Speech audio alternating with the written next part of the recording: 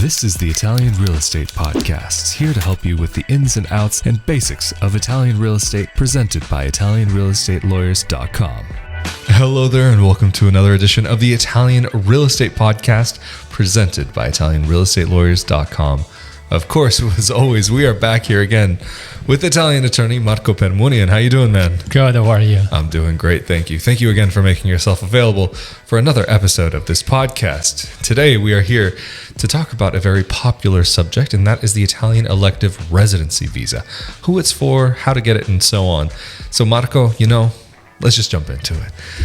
Who is the Italian Elective Residency really meant for? Like, what kind of people are really in mind for this visa? The Italian Elective Residency Visa, otherwise known as the retirement visa, not formally, but it's called Italian retirement visa by some people. Not surprisingly, it's not meant exclusively for retired people. So it can be accessed by anybody as long as they meet the requirements. So not only people who are retired, but people who want to live in Italy and people who don't have to work in Italy to do so. So the first and most important requirement is that you must have a stable monthly passive income. So a lot of people ask me, I have income coming from my work activities in the US. Does that count? And the answer is no, it doesn't count. The only type of income that counts is your passive income. So income coming from your pension, social security, investments, but definitely not income that comes from work activities, meaning from an activity that requires your presence in the US. So ultimately, it needs to be a passive income, something that you get without working. And it needs to be stable over time. This is the main requirement that the consulate will look at. There is a minimum amount that you have to meet, which is roughly $3,000 monthly per person. So if you're two people, like a couple, each one of you will need to meet this requirement. And while there is a minimum requirement, the amount that can actually be accepted is very much up to the discretion of the consulate. So specifically for this visa, and specifically regarding the income requirement, it is very, very much up to the discretion of the consulate whether they can accept your specific situation or not. The point is, you have to be able to support yourself in Italy without having to work.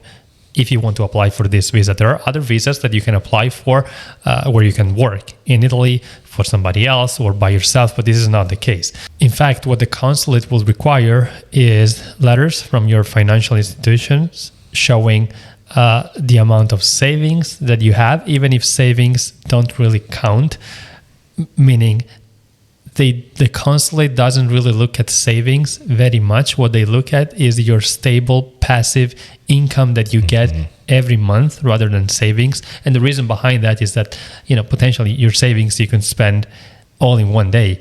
Right. Whereas the consulate needs to make sure that you have enough money coming into your account passively that allows you to support yourself in Italy autonomously. So then from this perspective, technically somebody who might be a day trader, for example, might not be able to fit this example of somebody who earns passively, even though it comes from what technically could be called investments. For this specific type of visa, the acceptance of your specific situation is very much up to the discretion of the consulate. So they are basically the ones who make the determination as to whether your specific situation is okay for you to be granted this visa. So if it's likely that you will be able to get this passive income over time going forward, so if it's likely that you will be able to support yourself in Italy without being a burden on society.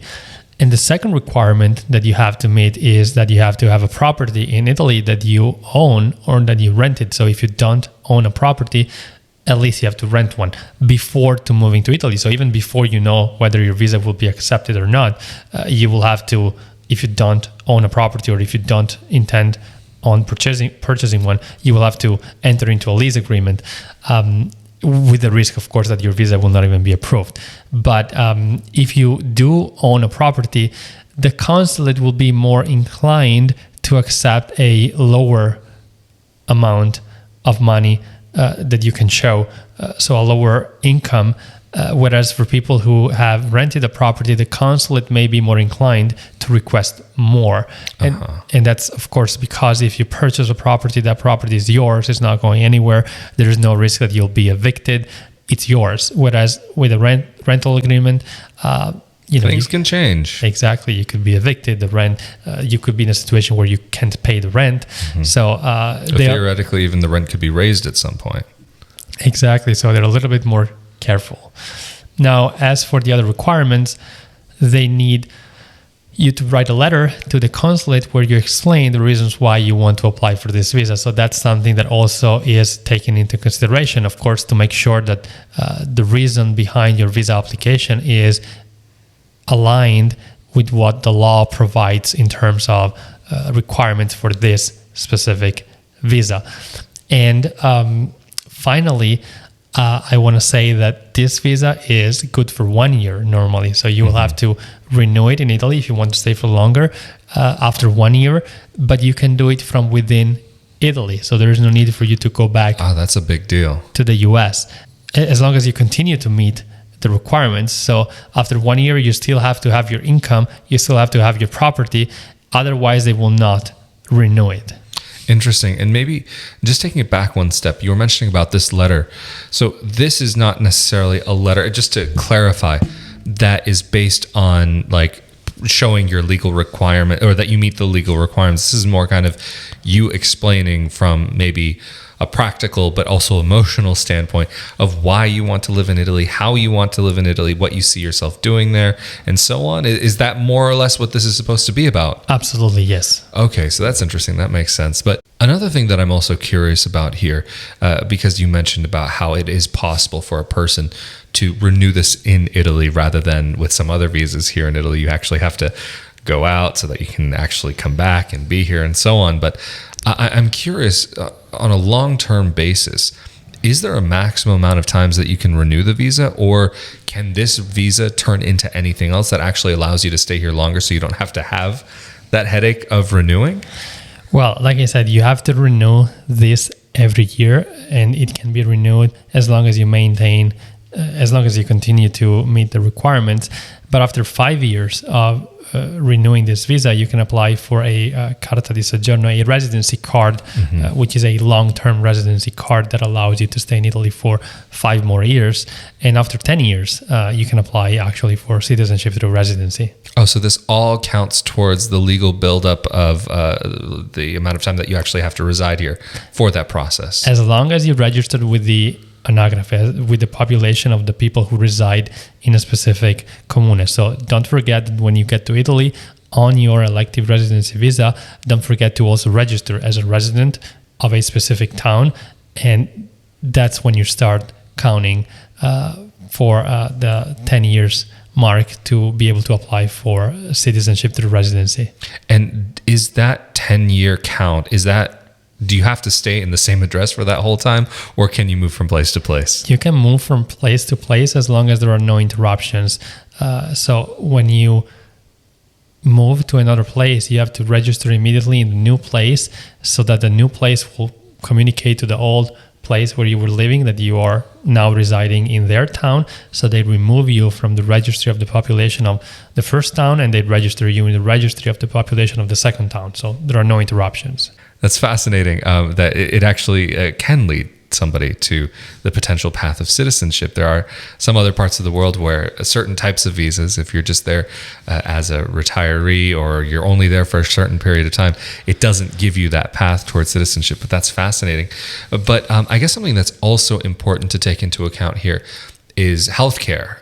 Would somebody be entitled to healthcare if they're here on an elective residency visa? For somebody who comes to Italy on an elective residency visa, it's their responsibility to either have a private insurance or to pay to use the national healthcare system.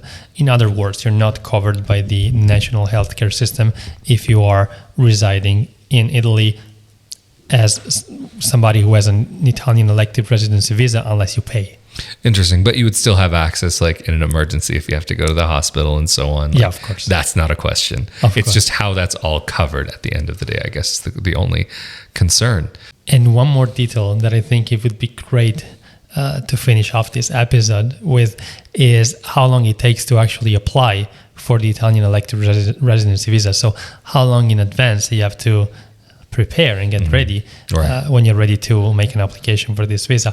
Well, normally consulates, they're booked up. Well, normally the waiting time for an appointment at the visa office can be about 2-3 months, depending on the situation and time period. But say it's normally, the appointments are normally like 60 to 90 days out. So when you book your appointment, you can expect your appointment to be like 2 or 3 months after, which means you also have the time to prepare all the paperwork, make sure that you meet all the requirements and prepare for your appointment.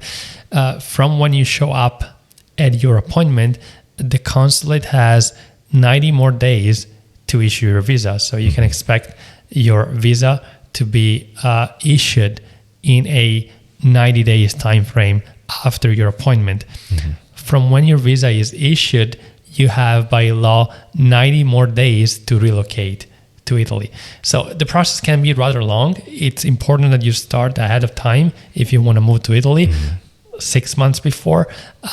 So it's not that they give you the visa on the spot. It takes some time for them to process it, and then you have additional time to relocate to Italy. And if you don't do that, you have to reapply for the visa and start over. Interesting. So it's the type of situation where you really want to make sure that it's not like you're just applying on the spot. It's like, oh, I think I'll move to Italy today. Because you can't just show up in Italy for this. You have to do this in your home country. So absolutely fascinating. Thank you so much again, Marco, for talking about this and clarifying these subjects. And of course, if anybody is needing assistance with getting to Italy, purchasing a home here and so on, how can they get in contact with you and your team? People can contact us through our website, ItalianRealEstateLawyers.com. They can send a message through the website or give us a phone call. Well, absolutely wonderful. And thank you so much for coming to check out another episode of the Italian Real Estate Podcast presented by ItalianRealEstatelawyers.com. Of course, if you are interested in more conversations about this topic, be sure that you are subscribed to the YouTube channel and also to the audio-only podcast version, which you can find on your favorite podcasting platform of choice, as well as if you are subscribed here to the YouTube channel, you can also find the Italian Citizenship Podcast, where we talk a lot more about how things work in Italy for Italian dual citizenship and more. And of course, as well, if you are interested in more conversations about life in Italy, living in Italy as an Italian dual citizen expat, be sure to come over to my YouTube channel, youtube.com/Rafael Di Furia, where I talk about this and show this beautiful country that both Marco and I get to call home. Of course, stay safe and healthy out there. We have been here again with Marco Permunian. I am Rafael Di Furia, and we will see you all next time. Later. Thank you.